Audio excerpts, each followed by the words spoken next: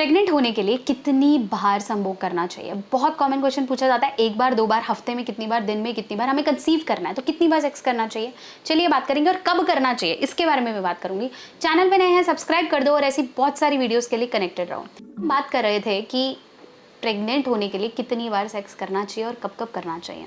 देखिए, अगर आप कंसीव करना चाह रहे हैं, है ना, आज से कंसीव करना चाह रहे हैं, मान लो आज महीने का पहला दिन है, तो सबसे पहले ये देखो कि आपकी वाइफ का पीरियड्स डेज क्या है।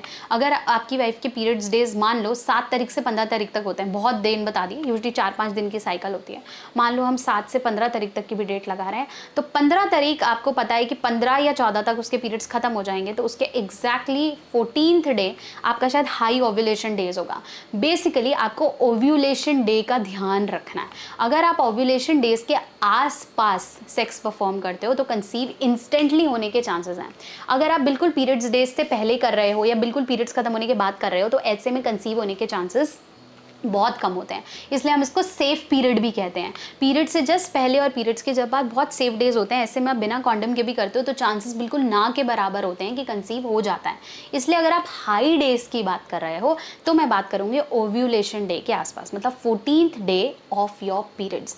14th डे में अगर मैं बात करूं तो 13, 12, 15 ये वो पीक डेज हैं जब आपके फर्टिलिटी रेट्स हाई होता है, क्योंकि इन दिनों आप फीमेल की बॉडी में से अंडा रिलीज होता है, मतलब ओवम्स, और ओवम जब स्पर्म के साथ कंटिन्यूएशन में काम करते हैं तो आपका बेबी फटाफट से फर्टिलाइज हो जाता है। ये प्रॉब्लम उन फीमेल्स में आती है जिनके पीरियड्स बहुत रेगुलर नहीं हैं, पीसीओएस के प्रॉब्लम है, शायद नहीं आता, तो ऐसे में कंसीव होने की प्रोबेबिलिटी कम हो जाती है।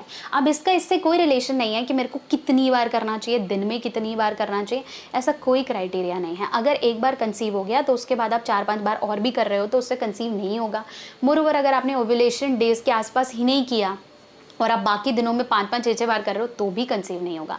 इसके लिए मार्केट में ओव्यूलेशन किट्स भी आती हैं। ओव्यूलेशन किट्स में आपको एक टेंटेटिव डेज, जैसे आपको पता है कि पीरियड्स मेरे 15 को खत्म हो रहे हैं तो मैं 28, 29 को अपना सुबह मॉर्निंग का यूरिन उसमें डाल दूंगी। तो जैसे ही डालूंगी तो मुझे पता चल जाएगा कि आज मेरा फर्टिलिटी रेट कितना हाई है। उसके अंदर पैरामीटर होता है कि इससे ज़्यादा ग्रीन, ब्लू, पर्पल, तो वो आपको पता चल जाता है कि हाँ उन दिनों मेरा हाई है और उस समय आप ट्राई कर सकते हो कंसीव करना। मोरओवर आप कैलेंडर मेथड के हिसाब से, मतलब दिमाग में डेज कैलकुलेट करके भी कर सकते हो।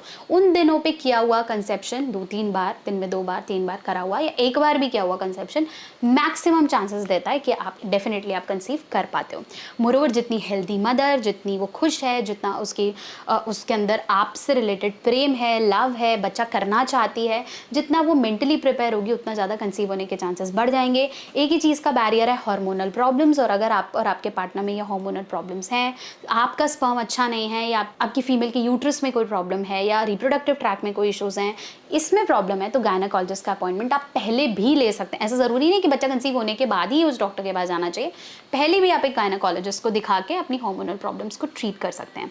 ये इंपॉर्टेंट है जानना कि कितनी बार और कितनी समय से ज़्यादा सही समय पर करने से आपको कंसीव होने में ज़्यादा हेल्प मिलेगी। चैनल पे नए हैं सब्सक्राइब कर लीजिए, और अगर आप डिटेल में जानना चाहते हैं कि ओव्यूलेशन डे को कैसे कैलकुलेट करना चाहिए तो मैं नेक्स्ट वीडियो में लेकर आऊँगी। तब तक चैनल पे नए हैं सब्सक्राइब करें, और अगर आप डिटेल में ओव्यूलेशन डे पे वीडियो चाहते हैं तो कमेंट सेक्शन में ओ लिखकर ज़रूर पोस्ट करिए।